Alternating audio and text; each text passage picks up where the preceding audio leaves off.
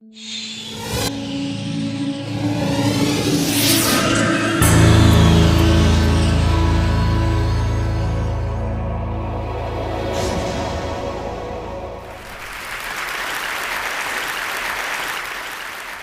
ago, after having served 4 years in the United States Marine Corps and deployments to both Iraq and Afghanistan, I found myself in Port-au-Prince, leading a team of veterans and medical professionals in some of the hardest hit areas of that city, 3 days after the earthquake.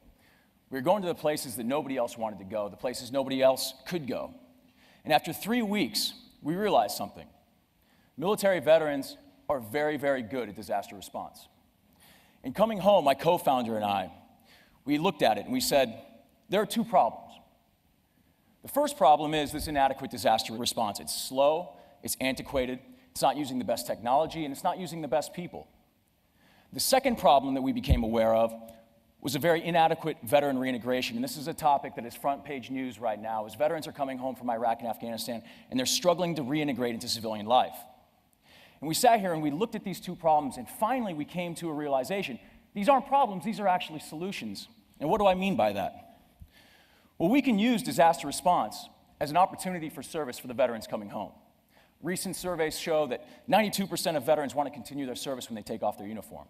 And we can use veterans to improve disaster response. Now, on the surface, this makes a lot of sense. And in 2010, we responded to the tsunami in Chile, the floods in Pakistan. We sent training teams to the Thai-Burma border. But it was earlier this year when one of our original members caused us to shift focus in the organization. This is Clay Hunt. Clay was a Marine with me. We served together in Iraq and Afghanistan. Clay was with us in Port-au-Prince. He was also with us in Chile. Earlier this year, in March, Clay took his own life. This was a tragedy, but it really forced us to refocus what it is that we were doing. You know, Clay didn't kill himself because what happened in Iraq and Afghanistan. Clay killed himself because of what he lost when he came home.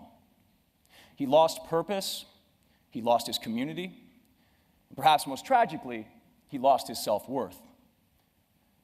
And so as we evaluated and as the dust settled from this tragedy, we realized that of those two problems, in the initial iteration of our organization, we are a disaster response organization that was using veteran service.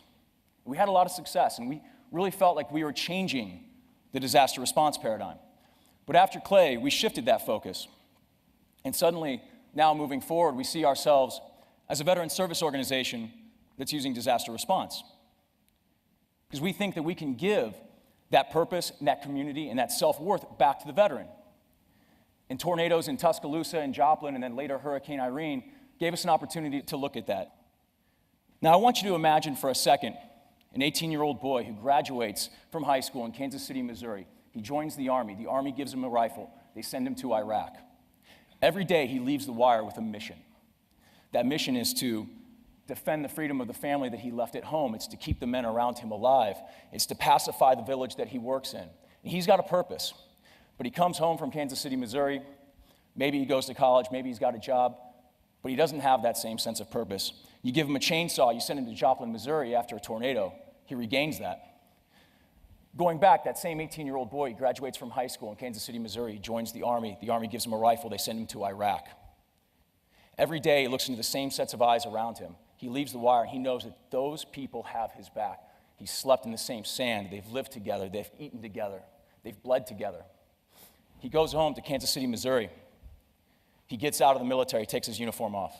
He doesn't have that community anymore. But you drop 25 of those veterans in Joplin, Missouri, they get that sense of community back. Again, you have an 18-year-old boy who graduates high school in Kansas City. He joins the Army gives him a rifle, they send him to Iraq. They pin a medal on his chest, he goes home to a ticker tape parade. He takes the uniform off. He's no longer Sergeant Jones in his community, he's now Dave from Kansas City. He doesn't have that same self-worth.